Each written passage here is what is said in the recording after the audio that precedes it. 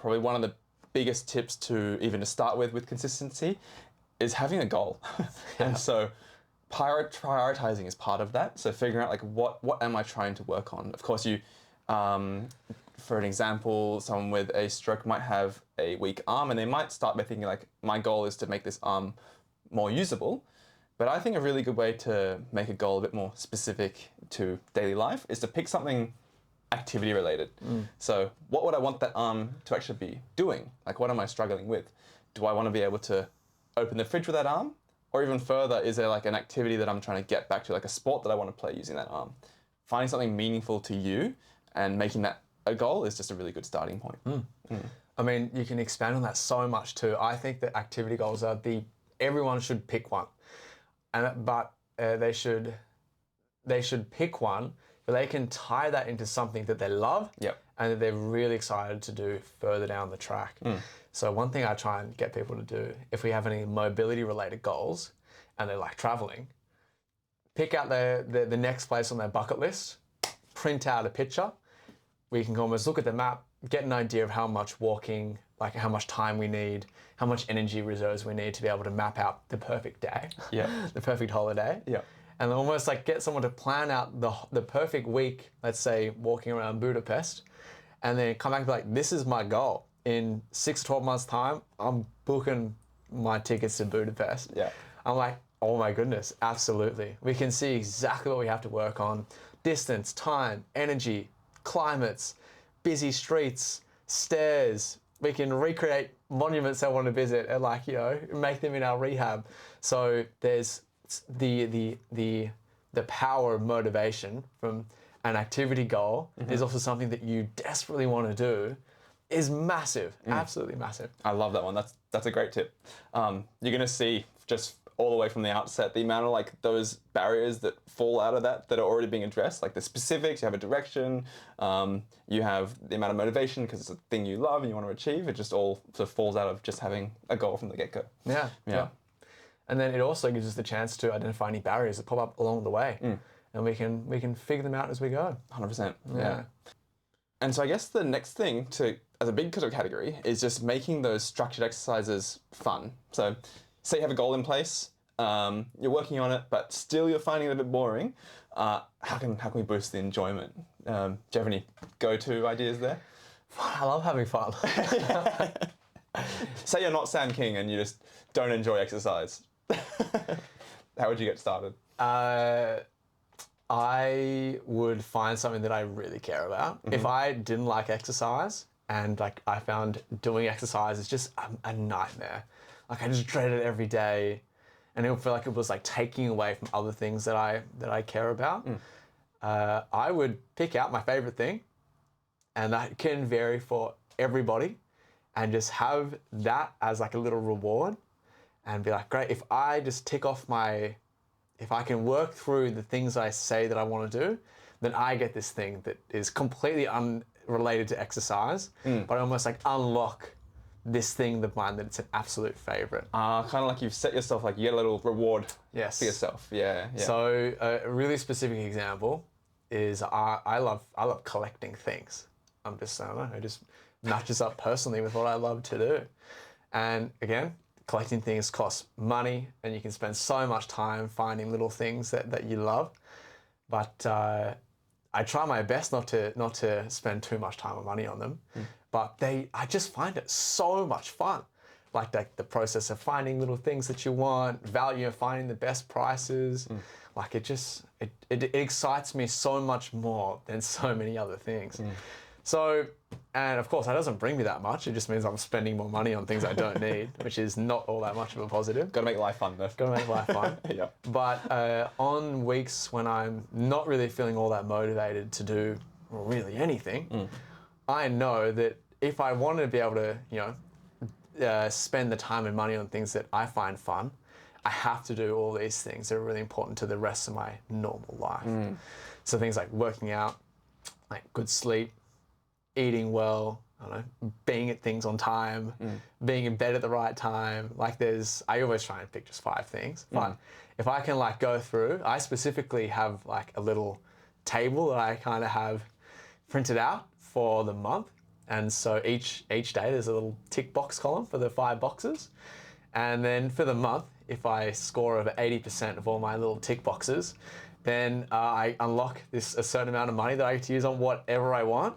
And if I don't, I have to transfer it straight to my like investings or my my house deposit, which is way less fun. Yeah, I love that. That's great. Genuinely curious, like, for your little check boxes, do you have like a specific, like, how specific do you get with the numbers? Is it like, I need to get this number of like sets done for an exercise, or just do my workout tick? I've loved habits and optimization for years, and I've had the most complex systems and the most simple systems. And it is now, I almost restrict each habit to like 5 words. As soon as it gets too long, and it just becomes almost like a bit of, I don't know, it becomes a bit more laborious.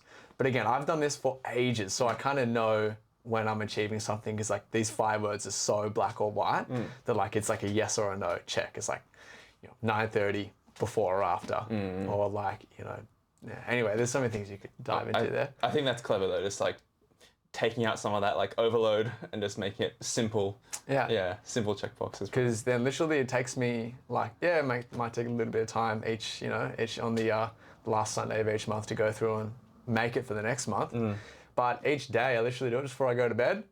And then for a while I made the checkbox was just like, tick this table each day before I go to bed. And it turned out to be that formed the habit very quickly. That's awesome, man. And then it takes me like literally maybe like 10 seconds just to go through and check. And then the pain of getting like 70 or 75% being like, Yeah, I get you. The heartbreak. The heartbreak. But it's got me very good at some very important habits to me now. So so obviously it gives you that sort of heartache if you don't make it, but does it also make it fun when you Oh my get goodness, those tick it boxes? feels like I've earned every single thing that I get. Nice. So it makes me love it so much more. Yeah. That's really good.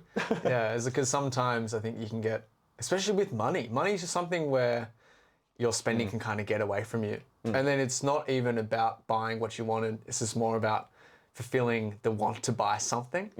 So I just kind of try my best to work my way around it and feel like instead of just buying something for the sake of it, like I've earned something. And then a little like money trick in my head has just made, has paid huge dividends in parts of my life so far. So I can imagine for other people, like they could apply the exact same idea to maybe like a travel budget. Like if they have a trip coming up. Exactly. Yeah, set away, if you get all your exercise things done or other healthy lifestyle factors, just like tick, bit of money goes towards my travel fund. Yeah, exactly. And like, it doesn't have to be money things either.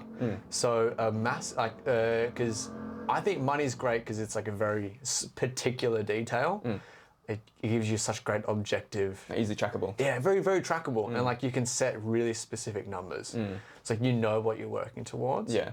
But other things that I've got other clients that they love gaming. Like one of their biggest things is just literally just chilling out, doing absolutely nothing, like phone away for like hours at a day, and just like literally just sitting on their console, just gaming.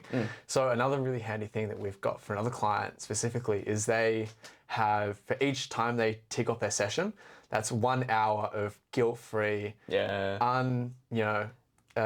sacred gaming. Yeah, sacred gaming time. Perfect. And so you could imagine getting like, 1 or 2 sessions in a day to then get to Saturday and being like, I've earned like doing 8 hours of absolutely nothing for my whole day, and there's nothing anyone can say or do to stop me. And like that, it's like, and it has become like this like little like it changed something where it went from having to do the exercise just because to having to do it to get this thing that they already love. And then it goes from like, just gaming for the sake of it to like, no, I've absolutely earned this. And like getting told by, a partner or yourself, like, oh, I should do chores. No, absolutely not. This is my, I've earned it. I've earned this. This is my golden time, and ain't no one taking it away from me. Yeah, I think even with like something physical too, you could apply the same thing. So like even maybe food, if there's something that you shouldn't be eating too much of and you're trying to diet anyway, but you still want to have it in your life in some way, maybe making it a reward like that is another way. Like maybe love KFC or something, and you're like, oh, I only get KFC if I've done my exercise for the week and I've earned it. Yes. For those international listeners, Kentucky Fried Chicken. Yeah, I don't think it's an Aussie thing. I'm pretty sure it's I think it comes. Yeah, Kentucky, of course, comes from America. Oh, I don't know. We got Red Rooster over here. Yeah, I've actually haven't ever had KFC. Really? Well, I can't. Wow. I'm allergic to every single thing. Yeah, the bread, except the breading. except the coleslaw. Yeah. That's a sad life, my friend. That's okay. No, I can't say it's that. I'm not a huge fast food person myself, so I can't say it's that worth it. But first thing that came to mind for some reason, the advertising got me. There's something about the smell, Yeah, though, of like whatever herbs and spices it is. I can see when you see the TV. Yeah. You can just you can smell that burger. You just know. Even I've never eaten it. I know exactly what it's gonna smell like. I might get cancelled this, but it's never as crunchy as it looks. I swear, it looks so crunchy. Every time I've had it, which is not that many times, so it's been like soggy and disappointing. There you go. There you go. Korean fried chicken, though, that's where it's at. Yeah. I would say I've found something similar to your planner, but I like numbers. This gets kind of nerdy, but I do like exercise and I like numbers. So something I like to do is I print out my exercise plan. I have this like little planner thing that I print out, and all it has is my like exercises written out from my workout schedule, and basically I have my weeks planned, and I just slot in a day when I can in the week. And as I do my exercises, I write down the date that I did it. I write down the how many sets and reps I did for that exercise. So say I did 3 sets that day, and then I write down how many reps I got for each one. So let's say I'm doing like my pull-ups or something. Maybe the first set's 10, then 9, then 8, and then I've recorded that for that session. And then as I go on, so that I have about 7 weeks, I think, across my one piece of printed paper. And then I can see over the sessions how my numbers are tracking. And I just find it very rewarding to watch those numbers go up over time. And I get to see if I have a dip, how it recovers as well. So it helps to address those barriers that we were talking about earlier. It's sort of keeping track of my progress, so I can sort of minimize if I'm not feeling great that week, I can write at the top, felt a bit off. See the numbers dip, have an explanation, watch it the next week, bounce back up, and I'm like, oh, I'm back on track. I'm going okay. Yeah. And then it ends up being sort of a self-fulfilling reward system as well, where watching those numbers go up, makes Kenzo happy. And so I just stay stuck to it. And I know I'm on track for my goal, whatever it is. I can then also imagine at the time in the session, you know exactly what you got last time. You're like, oh, I feel pretty good. I got 8 last time. I want 9. 100%. To push through that last bit of fatigue and tiredness to hunt down that 9th rep. Big time, big time. So I can be a mid-set. I'll be in my head oh, got to my set of 10 last week. I'm at 10 again. I know I'm tired. I would usually probably stop here, but I really want to get past it, grind through that 11th one.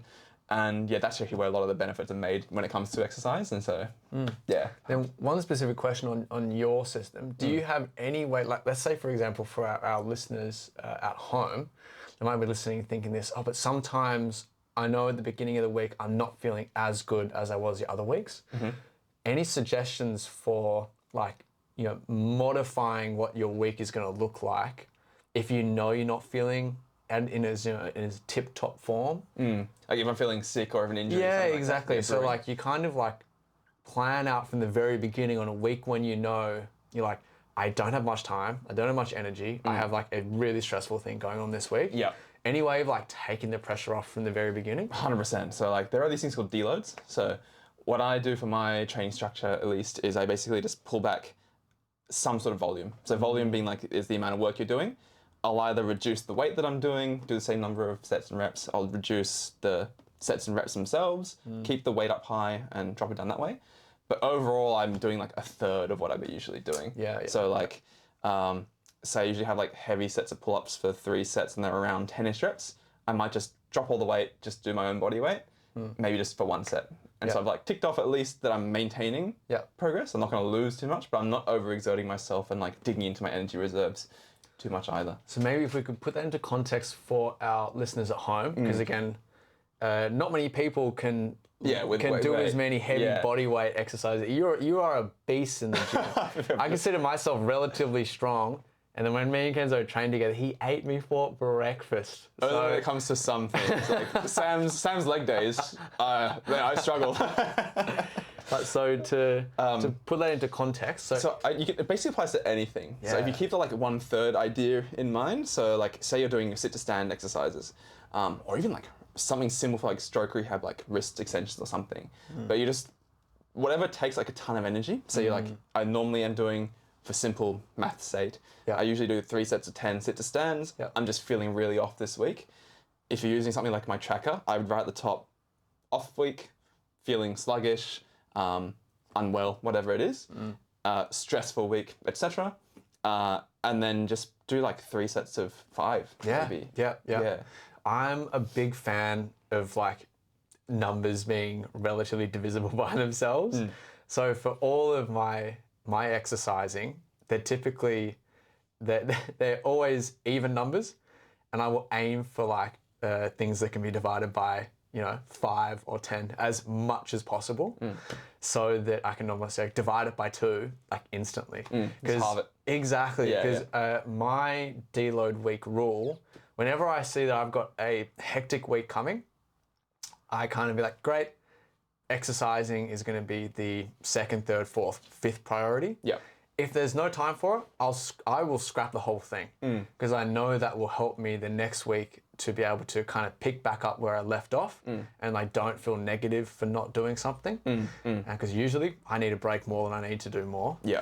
But then for other people, if they kind of see that coming, they can be like, great, I'm going to set myself the mission of I'm doing 50% of everything I normally do. If I do an hour, I'm doing a 30-minute walk each day.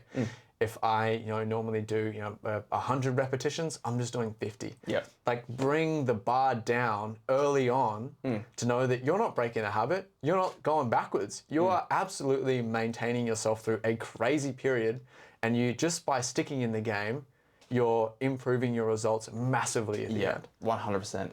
To ease people's anxieties at home as well, for those like really driven people who are like, oh, but if I miss a week, I'm going to go back, lose a lot of progress. It's actually like surprisingly easy to maintain progress. I don't remember the exact numbers again, but there was a big study that came out. I think it's like 1/10 of the volume maintains your progress. So like, don't stress if you're going down by 50% for a week. It's not going to make a dent. In fact, if you push through and you overexert yourself during your week, you'd probably find that you end up setting yourself back even more because you've burnt out, or you've caused an injury, or something else. Something's going to break the camel's back. Whereas pulling back for a little while, maintaining your routine, like you said, is probably like much more important in the long run. A week is never worth your year. Yes, even a month. Yeah. If you need a month, take it easy, but still maintaining a little bit of consistency is one thing I heard the other day, which I really, really liked, was don't miss 2 days in a row. And so even if it's just like 1/10 of something, like even when because I've, not recently, but a while ago I was unwell. And like I was in a point where I was loving my gym, like I'm just loving the strength training side of it. And then, but I feel like when I was sick, I would always try and keep training, and it would always make me worse. Like, it would just like prolong like how long I have to take off work for like 3 days. And like, because though when I'm in full health, it doesn't feel like it knocks me down that much. It's still a huge toll of energy on the body. So when you're already operating on like 10% of your normal energy, it wipes me out. 100%, yeah. And so I just kind of set myself the goal of, okay, I'm going to take 1 day off. The next day, I'm just going to go do 1 exercise for, so 1 set of each of my exercises. So it took me like maybe like 10, 15 minutes at best, dropped the weights down by half, walked out of there. It was like, done. I didn't achieve any gains, but I did strengthen the habit. Big time. Neural circuit. Dick. Actually, to piggyback off that, I think a huge thing that I'd like to address is the timing. And so even if I'm using my workout plan as an example, it was too complicated, like I mentioned earlier.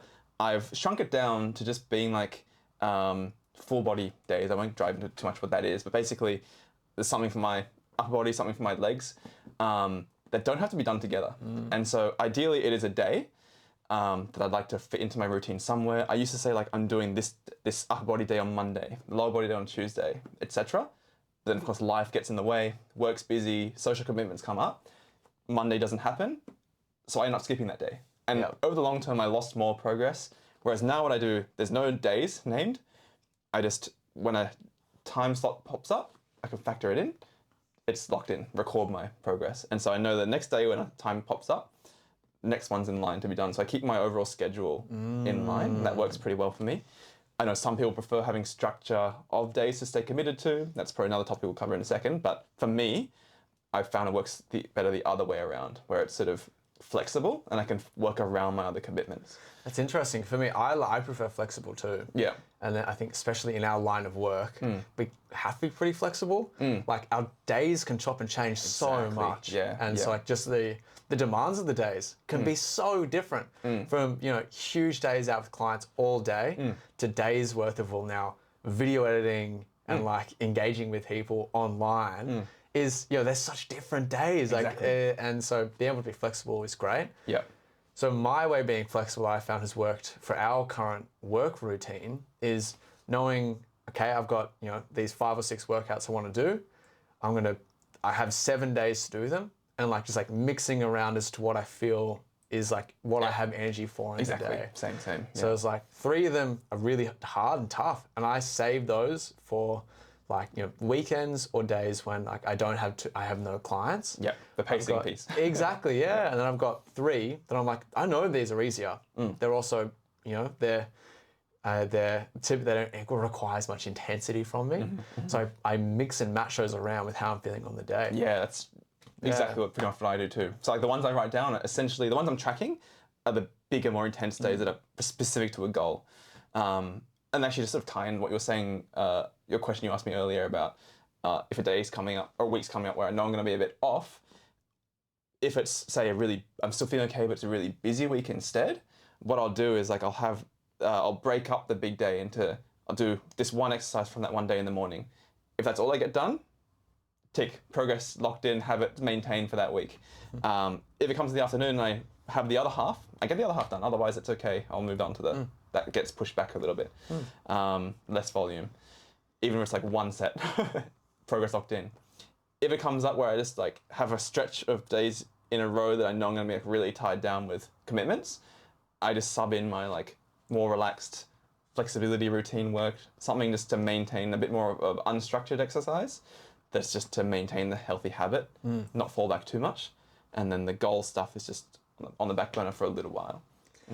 You mentioned habit there. Big one. So habit, again, it's a big integral part of today's episode. One thing I'd love to hear your thoughts on is habit stacking. Yes. We love this as physios. I would say this is a technique that's really good for people who like routine, like structure, and struggle with motivation. Probably the big things that it works for. So what it basically means is you tie a habit you're trying to form into a habit that you already have. So a simple example, let's say someone has been prescribed or they decide they want to introduce sit to stands as an exercise into their routine. They've tried just to like set a time per day, like let's say like 3 p.m. on Wednesdays, I'm going to be doing my sit to stands. Time comes, they don't do it, or something comes up. What they can try instead is think about in their daily life, what are you already doing that's consistent? Maybe you make your morning coffee every single day like clockwork. What you can decide then is when I turn my kettle on, I know that's going to happen. I know when that happens, as it's boiling, I'm going to sit down, do my sit to stands. And it sort of is the brain's already clicked in to the habit of turning on the kettle, and you can sort of piggyback off that to get another habit going. And it's just the quirk of the brain where it's just so much easier that way. Yeah. We'll try and not go too much into habits because I get the feeling we could yap about this the whole time. Yeah. So we'll try and keep moving as best as we can. But fantastic. I think we might have a few suggestions of some resources after this episode. But I'll quickly add in a book there, like Atomic Habits. I think a lot of people have heard about it. Not many people have read it, but it even if you're not really going to apply the things of what is in there, it's an amazing read. It's just an amazing read about like human psychology and like why we do some of the things that we do and how to make some things easier. So if you want a teacher on habits, would have to argue that the author, what's his name, Cleary. I don't remember. Sorry, we can put it in the description. Yeah. No, I've lost it on top of my head. But Atomic Habits. Famous book. Yeah, I'm bad with remembering names. Yeah. Same with studies. But yeah, like we'll put it in the description. But yeah, that's a great read. Yeah, the habit science is a whole like branch of psychology and like neuroscience. There's all these circuits in the brain that form around habits, and so you can. I don't like this word sometimes, but you can almost hack your brain. Yeah. To like piggyback off just the way our brains work. Yeah. To make things that you want to do easier. Exactly. Yeah. So, but I'd say habit stacking is that's sort of the simple summarized way is a good way to get something into your routine and sort of Hey everyone, just quickly, could you please double check you've hit that subscribe button? Because it is the best way of supporting the show. And if you're watching on YouTube, don't forget to hit that bell icon as well, so YouTube will notify you when we have our new episodes out every week.